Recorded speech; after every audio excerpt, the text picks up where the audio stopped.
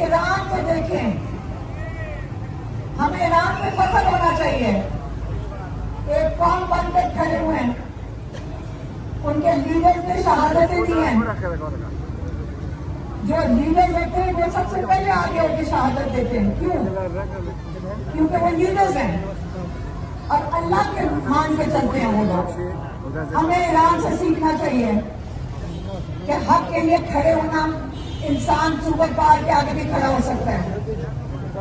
और ईरान को आप खिलाफत पेश करें, उसके हमें उनसे सीखना चाहिए कि मैं क्यों बाहर आई हूँ आपकी स्ट्रीट मूवमेंट के लिए, क्योंकि इमरान खान को 9 महीने हो गए कैद तन्हाई में।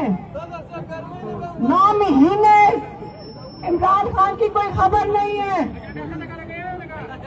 हम अब इंतजार नहीं करना चाहते। ये जो दुश्मन है, जो ये जालिम है, ये समझ बैठे हैं कि कौम तो इमरान खान के लिए आवाज नहीं उठाने को तैयार, बाहर निकलने को तैयार नहीं है। इसलिए आप इमरान खान के साथ ये जुल्म कर सकते हैं।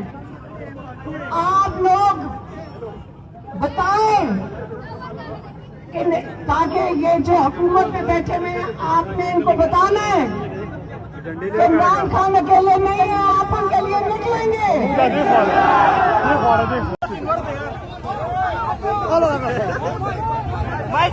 माइक लो।